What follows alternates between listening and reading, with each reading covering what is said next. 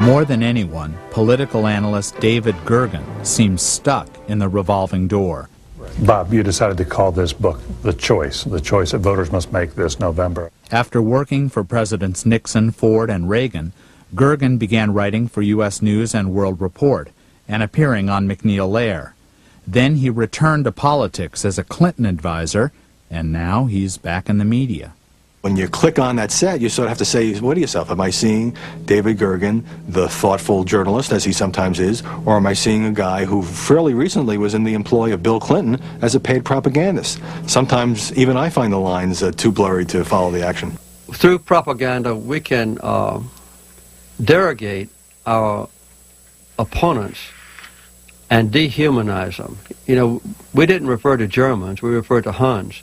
We didn't refer to Italians, we referred to, as you know, we didn't refer to Vietnamese, we referred to Gooks. So Huns and Wops and Gooks and Japs were the short circuit that we would take to dehumanize our adversaries and to reduce them to a sub level. The time, the middle of the 19th century. The place, the American West. The Armed Forces Screen Magazine presents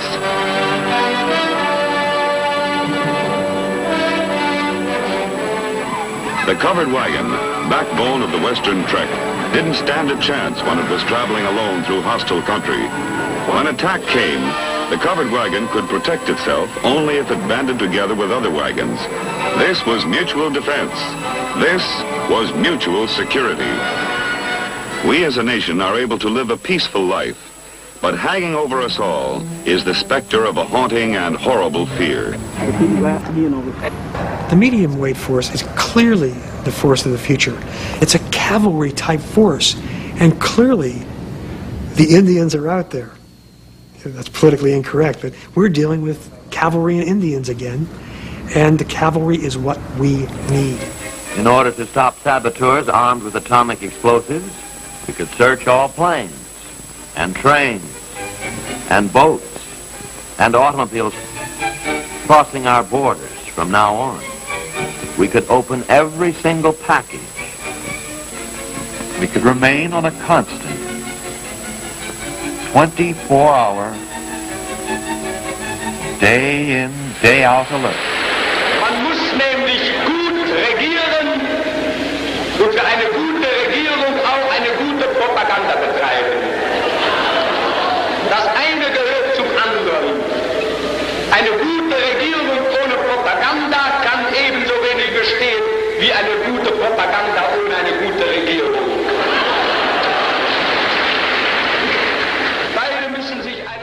I was raised in a milieu where I was taught that communism leads to dictatorship and that capitalism leads to democracy.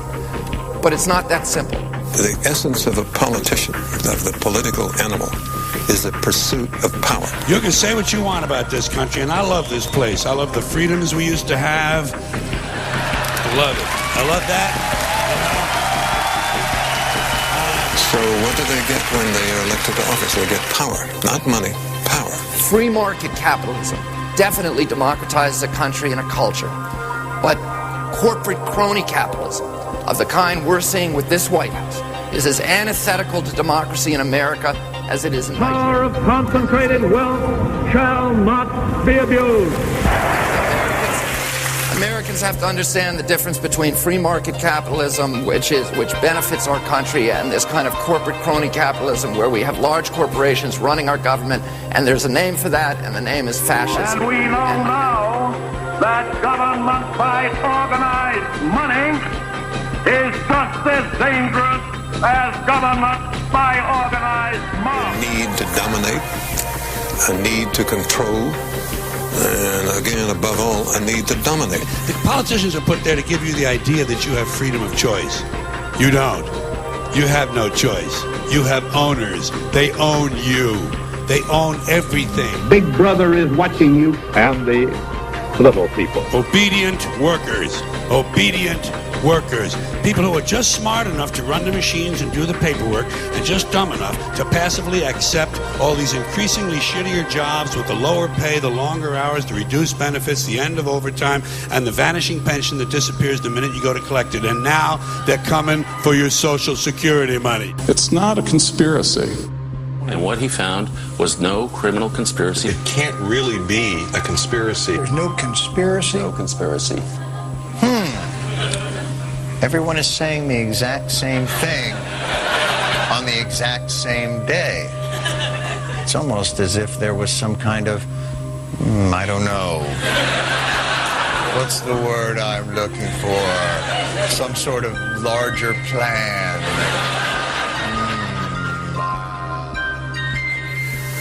A need to control, a need to dominate, which is what leads people into politics. The temptation to use public power and play God is almost irresistible.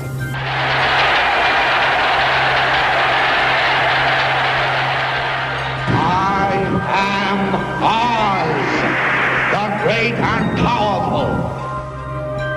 As of now, I am in control here. To the corrupt, thieving politicians of America. We're not going to transform our fine FBI into a Gestapo secret. And Franklin Roosevelt said that. He said fascism is the control of government by large corporations for their own benefit. And I close with this. I have an American Heritage Dictionary, the last edition, which I keep at home, which says that defines fascism as the control of government by large corporations with right-wing ideology driven by bellicose nationalism. If that sounds familiar to a lot of you. Decisions are made on bases other than what is best for the country and what is best for the ordinary people in this country. They have other motives, other drives, other wants, other needs, and they exercise them. I'm reminded of Tocqueville's remark is when tyranny comes to the United States, he said it would be very, very quiet, and the sleep that comes over the somnolence that comes over quiet and pacific industrial animals, comparing us to sheep out in the meadow. We were sure that ours was a nation of the ballot, not the bullet, until the murders of John Kennedy and Robert Kennedy and Martin Luther King Jr.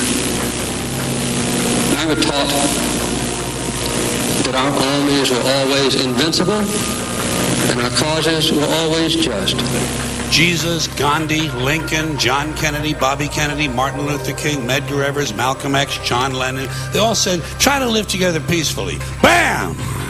While survival of the fittest may be a good working description of the process of evolution, a government of humans should elevate itself to a higher order.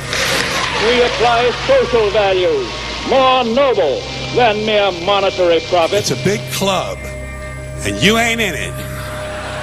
You and I are not in the big club. By the way, it's the same big club they used to beat you over the head with all day long when they tell you what to believe. All day long, beating you over the head in their media, telling you what to believe, what to think, and what to buy. The table is tilted, folks. The game is rigged. And nobody seems to notice. Nobody seems to care. The note is that we have dumbed the public down to the point where I think most people don't realize what they're missing. They don't know what's out there. The great Oz has spoken. Oh, pay no attention to that man behind the curtain. This is not a message of happiness or reassurance, but it is the truth, and it is a warning.